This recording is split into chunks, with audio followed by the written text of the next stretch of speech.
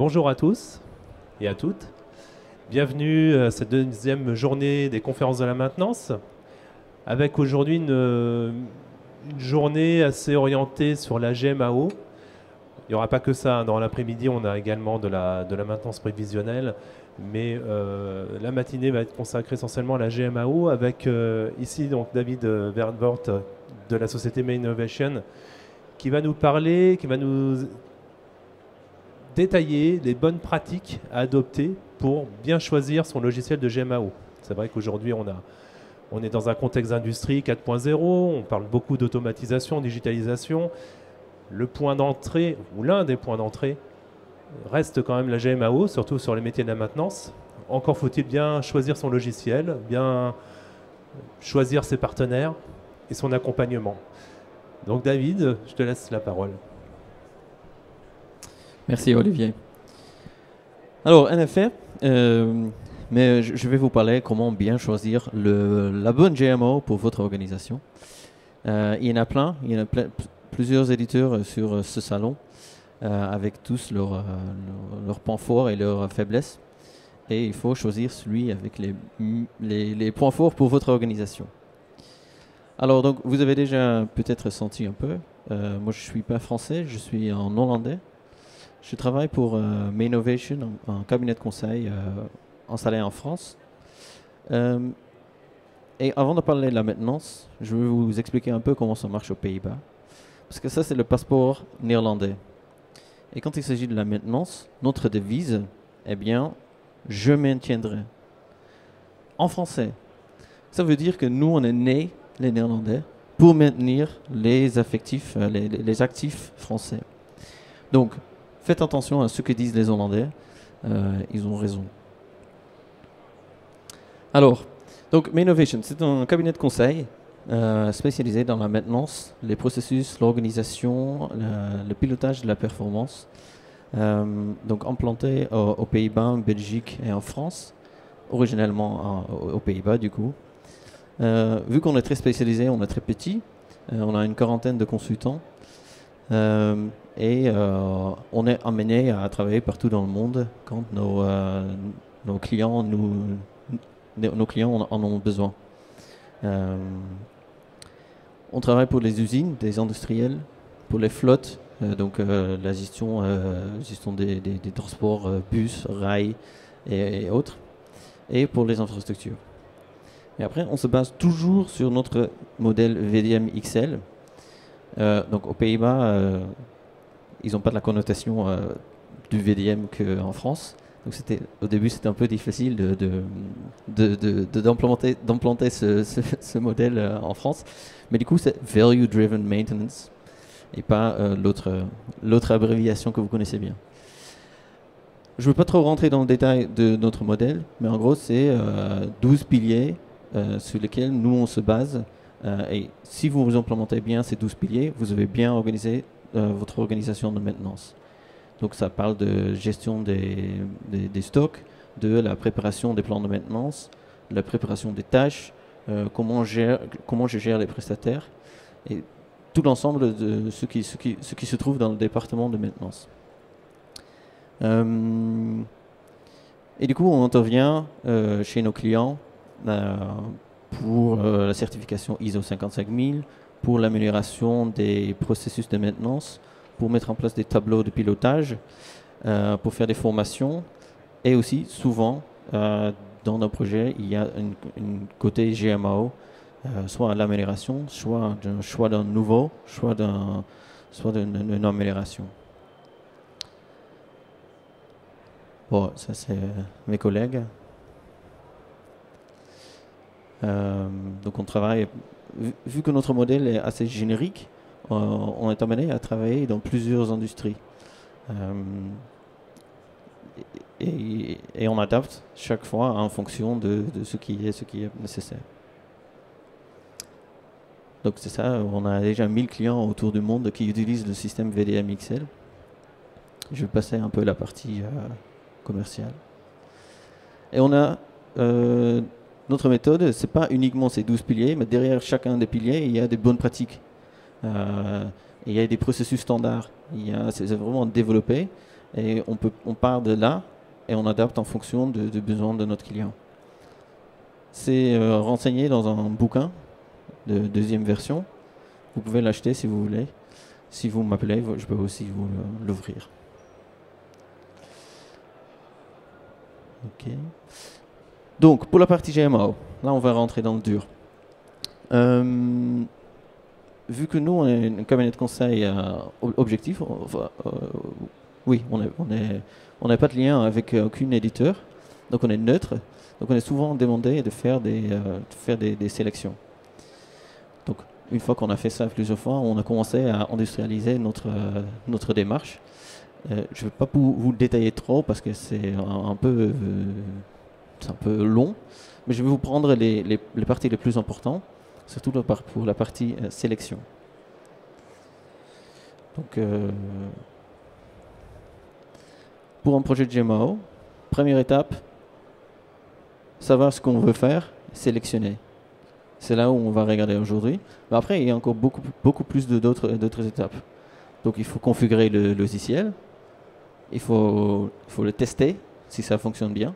C'est la recette en langage informatique. Il faut former et préparer les équipes à commencer à l'utiliser. Il faut un moment où on dit, OK, à partir d'aujourd'hui, on va commencer à utiliser la GMO. Donc là, c'est une petite journée de fête et beaucoup d'accompagnement, de coaching pour démarrer rapidement.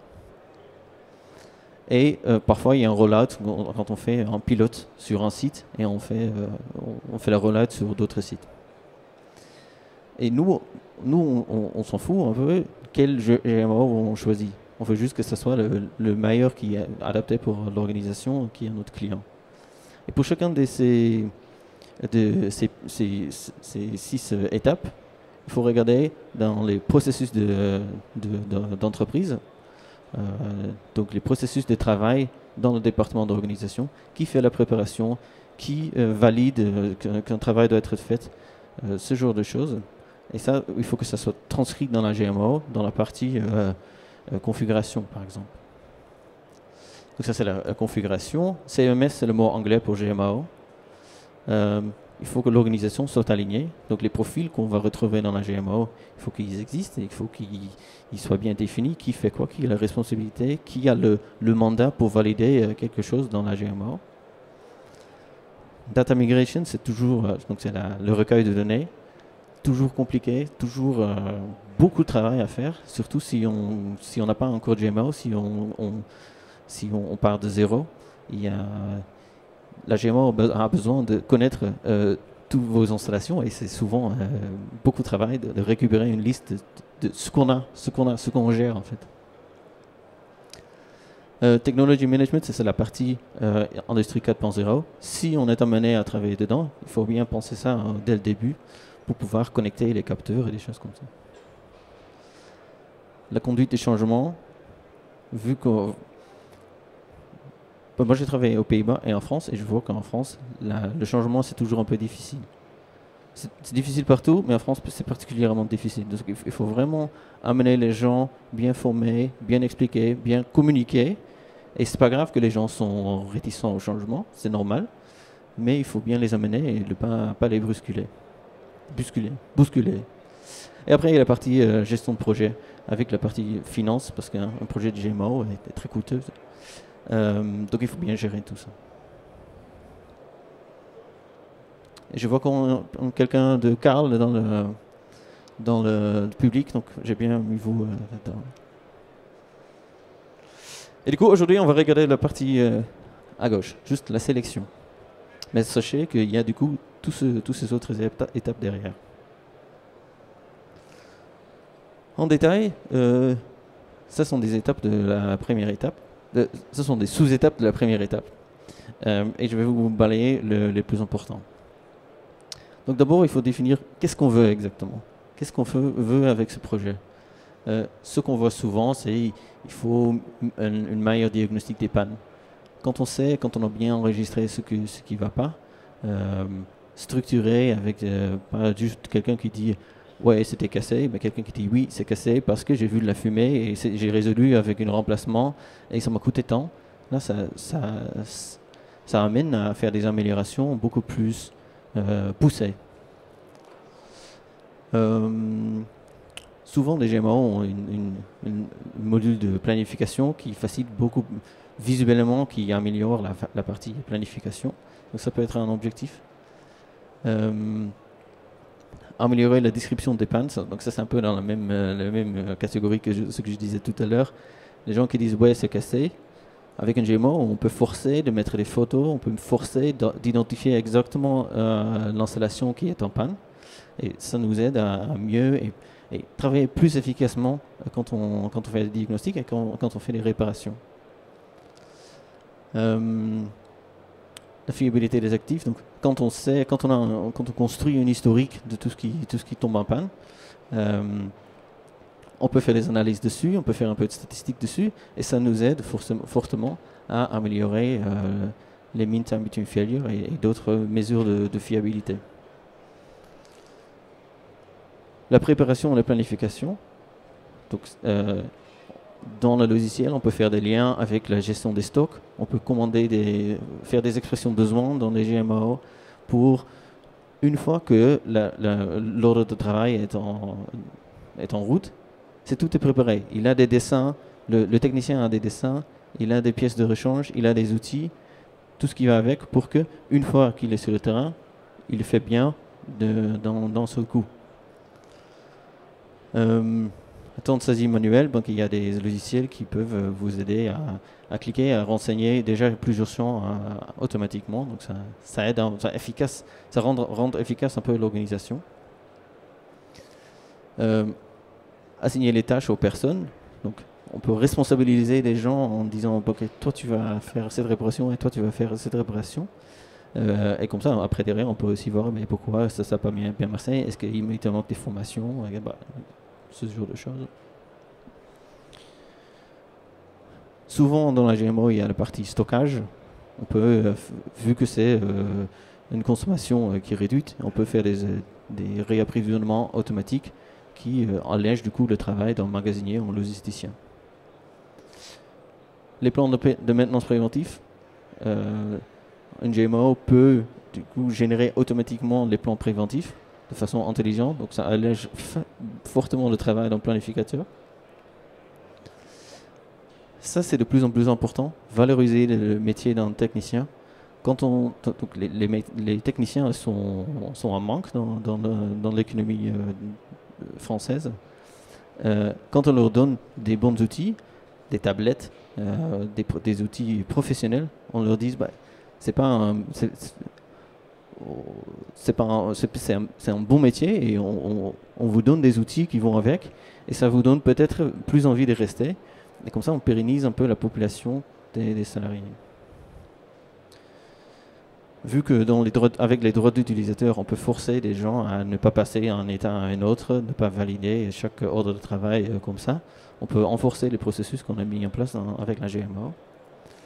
Et là, ça c'est toujours une partie spécifique, l'harmonisation des processus. Je vais vous balayer un peu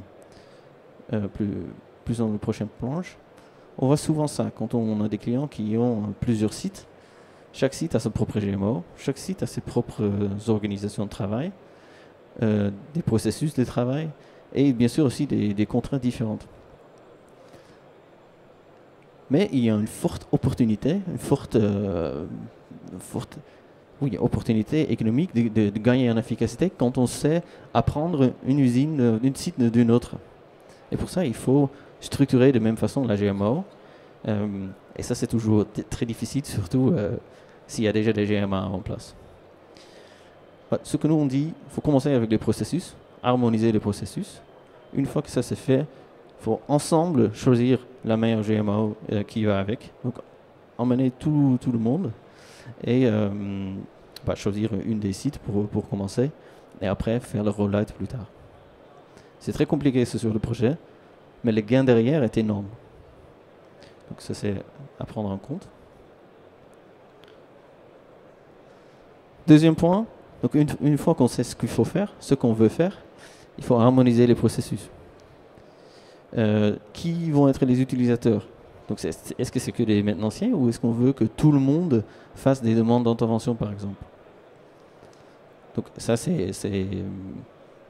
ça donne une vision de la taille de la population qui va l'utiliser. Ça donne aussi une estimation du prix. S'il y a beaucoup plus d'utilisateurs, l'abonnement va être plus cher. Qu'est-ce que je veux enregistrer? Est-ce que c'est que des ordres de travail ou beaucoup plus de détails? En fonction du niveau de détail dont on a besoin, il y a plus de configuration à faire, il y a plus de formation à faire. Et du coup, c'est dimensionnant pour votre projet. Et quel processus est-ce que je veux mettre dedans? Donc, l'idée, c'est que la GMO doit suivre les processus et pas les processus doivent suivre la GMO. Donc, il faut d'abord définir les processus avec les responsabilités qui vont avec. Qui fait quoi? Qui fait quand? Avec quel rythme? Et quel profil qu'on va avec. Une fois qu'on sait ça, on peut facilement dire ça au configurateur, au intégrateur de la GMO et dire c'est ça nos processus. Est-ce que c'est possible dans votre GMO? Donc là, c'est souvent, on voit des trous dans les processus où c'est pas forcément clair. On ne sait pas exactement qui fait quoi. Donc là, il faut mettre au clair ça d'abord. Ce qu'on voit souvent, les questions qui reviennent, qui n'ont pas forcément une réponse claire, et les réponses sont toujours différentes par organisation. Le niveau de détail à suivre dans la GMO, donc là je parle surtout de l'arborescence. Dans la GMO, il y a toujours une décomposition des équipements. Et j'en ai vu qui vont à 10 niveaux. Parfois c'est nécessaire, mais souvent c'est pas nécessaire d'aller jusqu'à là. Et là il faut se dire, le plus bon niveau, c'est le plus bon niveau où je mets ma maintenance. Donc, est-ce que je veux suivre c'est la vis de 4, c'est ça l'expression, ou est-ce que ça me va de juste m'arrêter à la pompe? Bon, ça, il faut faire une session, définir et stick to it. C'est ça qu'il faut faire. Où est-ce que je gère mon stock? Là, c'est toujours un peu un combat entre l'achat et la maintenance. L'achat veut gérer ça comptablement chez eux parce qu'il y a des règles comptables. Ils ont souvent déjà une partie gérée chez eux. Pour le maintenancier, lui, il veut garder ça chez lui parce qu'il veut savoir quel article j'ai utilisé sur quelle opération. Donc là, souvent, la solution, c'est de faire une interface entre les deux logiciels. Donc, la connaissance des processus, on en a parlé tout à l'heure. L'homogénéisation des nomenclatures. Qu'est-ce que j'appelle en installation? Qu'est-ce que j'appelle une pompe? C'est une pompe à l'eau. Est-ce que je vais plus loin dans la catégorisation? Il faut que ce soit pareil pour tout le monde au sein d'un site, mais aussi entre les différents sites. Ça, c'est aussi un travail à faire en amont. Les projets à long terme, il y a des GMO qui ont des modules spécifiques dédiés à la gestion des projets avec des Gantt charts à plus long terme. Si je veux ça dedans, c'est une exigence forte à mettre dans le cahier de charge. Et du coup, ça élimine déjà une grande partie des GMO parce que ce n'est pas tous les GMO qui ont ça dans leur proposition. La partie pontage, toujours très sensible. Moi, je vous conseille de le sortir du projet de GMO parce que ça enlève tout de suite toutes les questions RH et l'idée de flicage dans la GMO. Il faut vraiment l'enlever, garder ça à côté RH. Ça va vous faciliter facilement la partie conduite des changements. Et le rapportage, il y a des GMO qui sortent automatiquement des rapports. Il faut penser dès le début quel type de rapport je veux sortir pour que je peux configurer les champs qu'il faut renseigner obligatoirement dans tous mes écrans dans la GMO. OK. Donc, une fois qu'on sait ça, on sait ce qu'on veut, ce qu'on met dedans, il faut définir un cahier de charge. Voilà. Ce que nous on fait d'habitude, on a un cahier de charge standard et on adapte en fonction. C'est très difficile de commencer un cahier de charge de zéro, c'est beaucoup de travail, donc on fait comme ça. Mais il faut que le cahier de charge soit validé par tous les utilisateurs futurs, qu'on n'a pas des manques. Il faut les intégrer déjà dès le début pour qu'ils s'approprient le projet. Et il faut l'écrire de façon fonctionnelle. Donc, moi, je veux exactement que le bouton soit à droite avec un couleur bleu, mais juste, je veux dire, je veux que ça soit sauvegardé sans que ça passe en une prochaine étape, prochaine statut. Après, la GMO, ils se débrouillent comment ils font ça. Et ils vont vous montrer comment ils font ça dans leurs offres. Et après, pour chaque exigence, il faut donner une importance en termes de poids. Ça va vous aider à comparer les différentes offres. Souvent, la partie ergonomique, c'est très important. La partie paramétrage, de façon, si c'est facile, si c'est très maniable, c'est très important. Et ici, à droite, je vous ai mis quelque chose qu'il faut vraiment mettre obligatoirement dans le cahier de charge.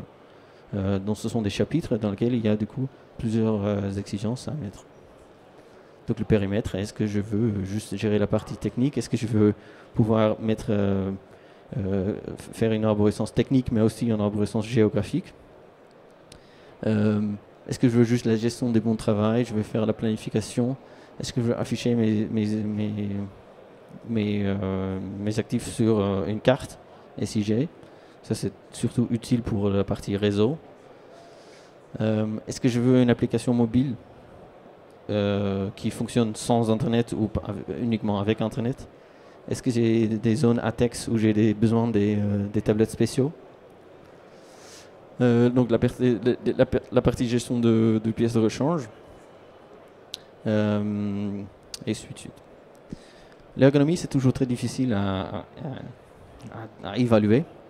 Donc pour ça, il faut faire une démonstration pour qu'on ait un peu de feeling de l'ergonomie. C'est très difficile d'estimer l'ergonomie avec une impression d'écran. Les interfaçages avec des différents logiciels. Si c'est possible, c'est très difficile de mettre ça dans un appel d'offres parce que au début du projet, c'est très difficile d'exactement exiger, demander exactement quel champ vous voulez envoyer parce que ça dépend forcément de paramétrage. Mais il faut demander si c'est possible.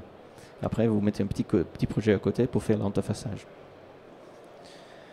Niveau de personnalisation, donc, et aussi la facilité. Est-ce que si moi je fais une semaine de formation pour la GMO, est-ce que je suis capable de faire la personnalisation moi-même? Parce qu'une fois l'éditeur est parti, c'est à vous, c'est votre logiciel, et c'est à vous, si vous avez besoin d'un champ en plus, de pouvoir modifier la GMO. L'hébergement, aujourd'hui, la plupart c'est en mode SaaS, donc c'est hébergé chez eux, vous n'avez rien à regarder. Ça, ce que je vous conseille, c'est très facile. C'est un peu plus cher, mais bon. Et après, il faut demander la partie formation, que eux, ils vous forment, ou ils forment, l'éditeur forme aussi les utilisateurs finaux. Donc là, ça c'est la partie démonstration. Il faut leur demander de venir, ou via ConfCall, de faire une démonstration. C'est à vous de définir le scénario. C'est pas eux qui vont vous présenter quelque chose. Si vous forcez pas le scénario, ils vont vous faire un pub très joli. Vous allez sortir, waouh, c'est bien, c'est bien. Mais pour pouvoir comparer une GMO à une autre, il faut forcer le scénario et aussi avec les poids, avec des exigences, montrer exactement comment ils font. Comment ils font des choses qui sont pour vous particulièrement importantes. Donc ça sont des points qui sont difficiles pour certains GMO. L'héritage des valeurs, donc parfois quand j'ai un moteur avec un compteur dessus, moi je veux que le moteur il hérite les données sur le compteur. Et si je sors le moteur dans le stock, il ne faut pas qu'il continue à compter ce que j'ai sur ce compteur. Pas toutes les GMO sont capables de faire ça. Donc ce sont des choses à rentrer dedans et rendre la démonstration difficile pour les éditeurs pour qu'on sorte vraiment là où ça fait mal.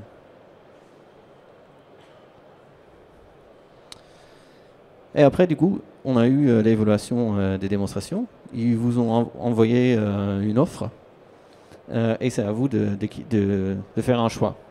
Donc là, il faut équilibrer entre prix et la qualité. Bien sûr, on veut le meilleure qualité, mais il faut prendre en compte le prix, surtout pour vendre ce projet auprès de la direction.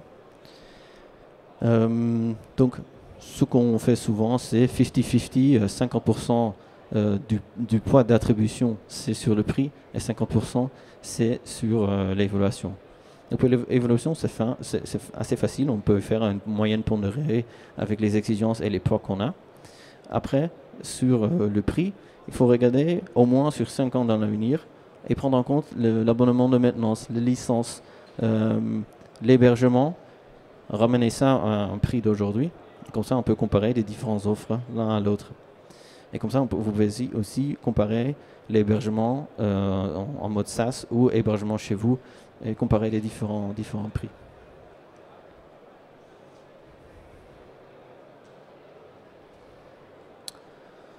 Donc c'est ça. À partir de ça, après ça, vous avez choisi votre GMO et vous pouvez commencer. Donc là, vous voyez, on a fait juste un pilier, le pilier à gauche.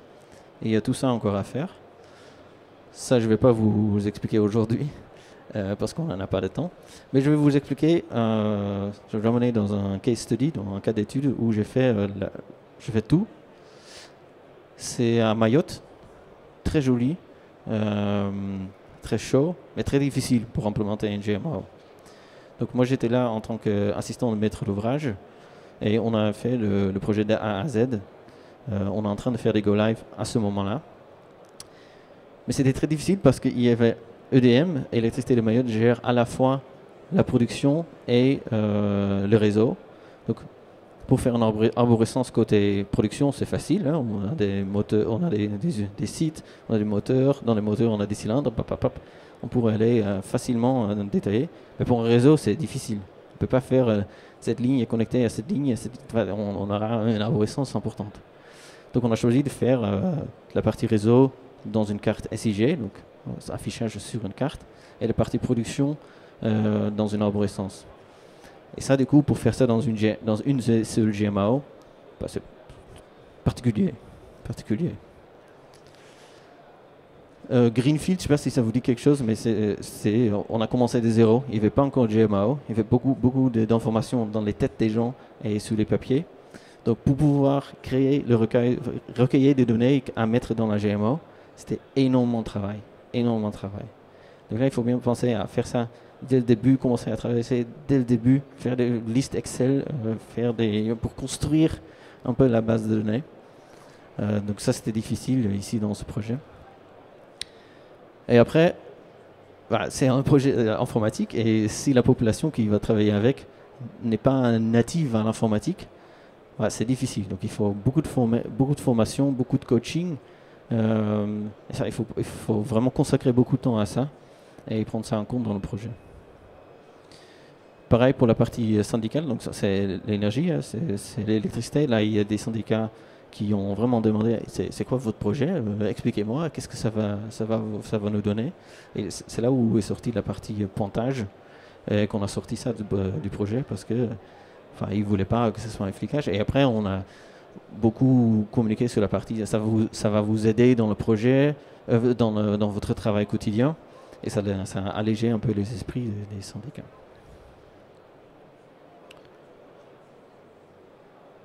Pour terminer, qu'est-ce qu'il faut retenir aujourd'hui? Donc, ce n'est pas un projet uniquement de la maintenance. Il faut prendre en compte les services informatiques, RH, les achats pour la partie stock et aussi pour la partie de consultation, de sélection. Il faut convaincre la direction. Si eux, ils ne sont pas avec vous, ça va être très difficile d'amener le changement. Et bien sûr, les utilisateurs finaux, il faut les impliquer dès le début pour qu'ils portent le projet et qu'ils sont motivés à travailler avec à la fin. Donc, commencez très tôt avec le recueil de données, impliquer les utilisateurs finaux dès le début, assurer qu'il y a un mandat pour les gens de travailler sur votre projet. C'est pas un projet qu'on peut faire 1 heure par semaine, et ça prend du temps. Et il faut aussi libérer du temps des gens qui travaillent avec. Sinon, enfin, il n'y a personne qui va définir le cahier de charge, il n'y a personne qui va aider à la configuration. Donc il faut libérer du temps des gens qui connaissent les processus de maintenance pour faire tourner tout le projet. Définissez d'abord les processus et les KPI, donc les indicateurs de performance. Une fois qu'on a ça, après on fait la configuration de la GMA. Et prenez le temps pour bien évaluer les offres. Les éditeurs vont vous envoyer un paquet de papier très difficile à comprendre. Prenez le temps pour bien évaluer et impliquer aussi les utilisateurs finaux. Et vous pouvez découper, toi tu fais ce chapitre, toi tu fais ce chapitre, hein, comme ça on agglomère toutes les évaluations. Et le choix final, c'est du coup le choix de l'organisation et de l'équipe projet.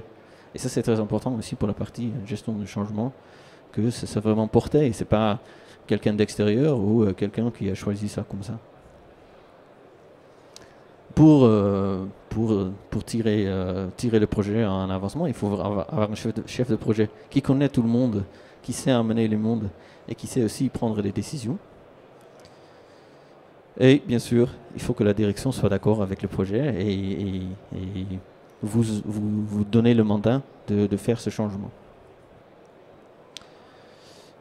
Ça c'est tout pour moi. Je vous remercie. J'espère que ça vous a plu et vous allez dans vos prochains projets de changement et surtout le projet de sélection de la GMO, allez profiter de cette information et c'est tout. Merci beaucoup David. David, tu nous as parlé de... L'enceinte est là maintenant.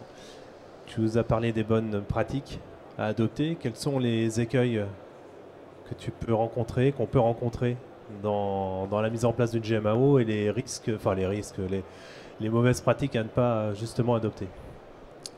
Les écueils sont des problèmes, c'est ça?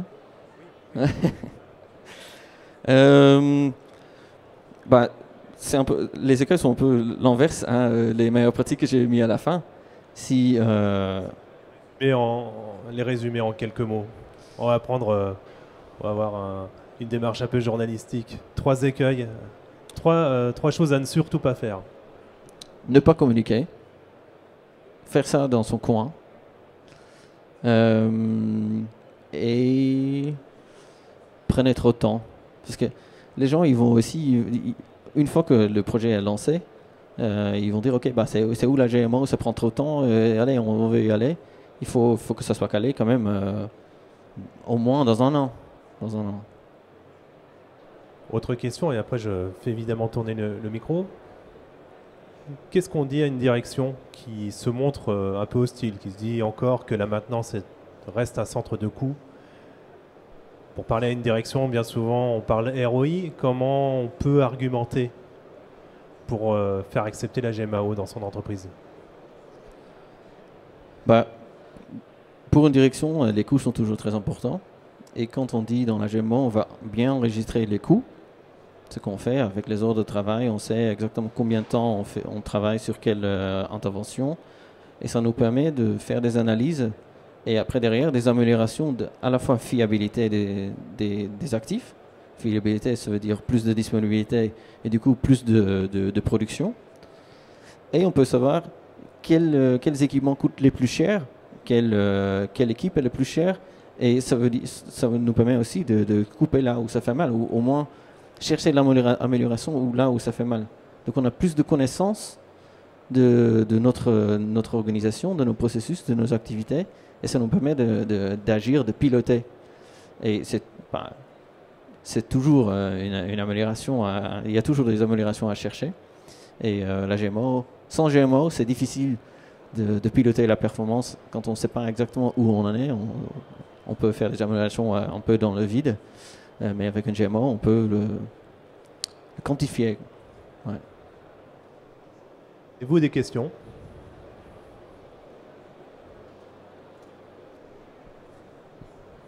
Oui, bonjour.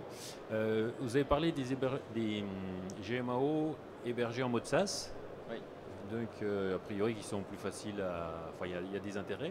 Par contre, si au bout de certain nombre d'années, on veut changer d'éditeur de logiciel, est-ce qu'on le sait faire? Est-ce que ça se fait aussi facilement que. Voilà, c'est par rapport à cette. Oui, donc la question c'était sur SaaS et le changement d'éditeur. Bah, normalement, dans les contrats, les données sont à vous. Donc, vous avez obligatoirement le droit de sortir vos données, même s'ils sont hébergés chez l'éditeur. Donc, si vous voulez changer, vous sortez votre base. Ce sont des fichiers Excel énormes, un peu difficiles à implémenter. Et après, vous les basculez dans l'autre logiciel. Mais oui, c'est un énorme projet. Mais au moins, vous n'avez pas le recueil de données à faire de zéro. Mais c'est possible et ça se fait, hein, ça se fait. On le fait souvent.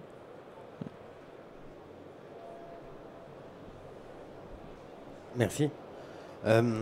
Pour des petites structures industrielles, souvent effectivement le coût de la GMAO est assez important. Qu'est-ce qu'il est préférable plutôt de faire créer une GMAO, un software spécifique pour nous, ou travailler plutôt sur des standards qui existent déjà, sur des bases de données qui sont déjà actives, essayer de l'adapter au mieux en fonction de notre système? Moi, je vous conseille fortement de ne pas développer votre GMAO vous-même. Non, pas notre, mais de la faire développer, parce que le coût est assez important. Ah, vous avez déjà une GMAO chez vous? C'est de la base Excel, hein. On va rester sur la base Excel, mais... Non, mais moi, dans le monde des GMAO, il y a 3 grandes catégories. Il y a les fonctionnalités, les GMAO de base, coûtent pas très cher. Les GMAO moyennes, qui ont beaucoup plus de... La différence, c'est surtout qu'ils peuvent être personnalisés beaucoup, avec des processus, des champs, que dans la première catégorie, c'est juste vous l'achetez et vous faites avec, les processus sont comme ça. Il n'y a pas beaucoup de personnalisation. Et après, il y a les très gros, Amphor, SAP, là, ils sont très chers, mais ils fonctionnent très bien, vous pouvez tout faire avec. Donc, je pense que dans votre cas, il faut regarder dans les premières ou deuxième catégories. Et basculer votre information que vous avez dans l'Excel dans une petite GMAO. Et vous avez la difficulté dans Excel, c'est qu'on ne peut pas travailler en même temps dedans. C'est difficile de faire des requêtes. Le problème, c'est ça, c'est évidemment en plus on multiplie les fichiers, on en a un peu de partout. Aussi, la version, c'est difficile, versionning. Voilà. Après, l'inquiétude est toujours dans la GMAO, c'était à partir du moment où on travaillait une société, les mises à jour, si on faisait un logiciel spécifique dédié pour nous, avec cette société, on a toujours le problème des mises à jour constantes, des modifications qui peuvent être coûteuses ou qui peuvent être compliquées. Ouais. Si vous choisissez les petites GMAO, en général, vous faites peu de personnalisation. Et s'il y a peu de personnalisation, les mises à jour se font facilement. Donc, il n'y a pas de souci, à mon avis. D'accord. Okay. Votre cas, ça me semble plutôt plus facile que quand on fait beaucoup de personnalisation et on a une grosse GMA. Et les mises à jour, il faut le faire. Il faut les faire. C'est un petit projet, mais pour les petites GMA, c'est pas très coûteux. C'est raisonnable. Merci. Vous avez combien de personnes dans la maintenance? J'ai 4 personnes, mais il y a 3 sites aussi différents. Oui. Dans l'avenir, ça sera pour développer sur d'autres sites. Mais... Merci. Bonjour. Vous avez dit que le coût de la GMAO effectivement est lié au nombre d'utilisateurs. Pour une équipe, par exemple une équipe de maintenance d'une dizaine de personnes, vous recommandez quoi en nombre d'accès simultanés? On ne va pas prendre 10 licences parce qu'il y a 10 personnes, mais on ne va pas en prendre non plus une seule. C'est quoi, quelque part, souvent, les GMA, ils offrent leur abonnement en fonction d'utilisateurs simultanés. Et donc là, il faut imaginer, le pic de votre organisation sera, je pense, la réunion du matin, où vous avez la GMAO devant vous, et peut-être une deuxième et troisième personne qui ont aussi la GMAO ouverte. Donc ça donne 3. Après, pour la GMO, il faut aussi que d'autres personnes renseignent, côté production, renseignent les informations, les demandes d'intervention. Et ça sont des connexions supplémentaires. Ce n'est pas que la partie maintenance qui est à prendre en compte. Mais pour plusieurs GMO, ça c'est compté dans une autre pool d'utilisateurs. Ce sont des utilisateurs simples que demandeurs. Donc, mais ça vous pouvez identifier et après vous envoyez ça aux différents éditeurs et eux ils vous font l'offre. Ok. D'autres questions? Non. Bonjour. Bonjour. Je voulais savoir, nous on cherche une GMAO qui soit capable de gérer les emplacements d'une manière très, très structurée. Est-ce que vous avez déjà eu affaire à ce genre de cas où vous aviez besoin dans une entreprise d'implanter une GMAO qui fasse la maintenance, mais aussi de gérer correctement des emplacements? Par correctement, j'entends une structure solide, comment dirais-je, avec une capacité à faire des historiques d'emplacement. Quand on va sur l'article, on voit tous les emplacements qu'il est en train d'occuper. Quand on rentre le produit, le logiciel soit capable de dire ah bah, là j'ai une place là, tu peux ranger là. Exactement comme un système du e-commerce par exemple. Là, juste pour que je comprenne bien, les emplacements ne sont pas les emplacements dans le magasin, c'est les endroits dans le site où ils sont utilisés. Si, les emplacements du magasin. D'accord, oui, mais je pense que... Du stockage. Oui, toutes les GMO ont ça. Pour le moment, ce que j'ai vu, non, c'est très très léger. Côté emplacement, c'est pas géré... comment dirais-je? Oui, voilà, Qu'est-ce qu'il vous faut? Il faut la rangée, et le placard et l'endroit. Par exemple, ou des paletiers. Donc Oui. c'est en hauteur, c'est des produits parfois dangereux qu'il faut, où on doit être sûr que ça a été mis là, et c'est l'ordinateur qui a dit ça se range là, ça se range pas ailleurs, ça se range ici. Oui.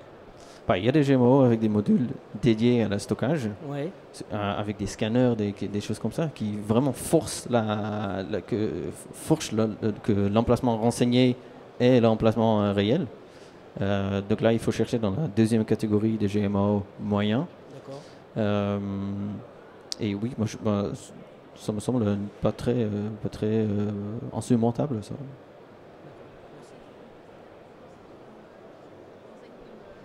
Est-ce que vous avez un nom à me citer ou des noms qu'on puisse aller voir notamment sur ce forum? Moi, je suis objectif. Oui, je me doute bien. Mais je pense que c'est Coswin, Carl. Qu'est-ce que j'avais encore? Coswin, Carl, j'ai vu. Ouais, Info, c'est faire ça, je pense. Mais ça, c'est tout de suite en gros. Ultimo. Dis-moi, là-dessus, ils sont légers, justement. Enfin, Non, Ultimo, je disais. Ah, je ne connais pas. D'accord. Ouais. Ultimo. Entendu, merci. Merci. Est-ce que vous avez d'autres questions? Non? Merci beaucoup, David. Merci à vous. Merci d'être là et d'être présent également pour la prochaine. Voilà, donc dans à peu près un quart d'heure, nous allons commencer une conférence avec la société Winoa. Là, cette fois-ci, ce sera un retour d'expérience GMAO, hein, donc l'utilisation au quotidien de la GMAO chez le leader des traitements de surface. Voilà, une entreprise locale qui a beaucoup à dire là-dessus. Merci, à tout à l'heure.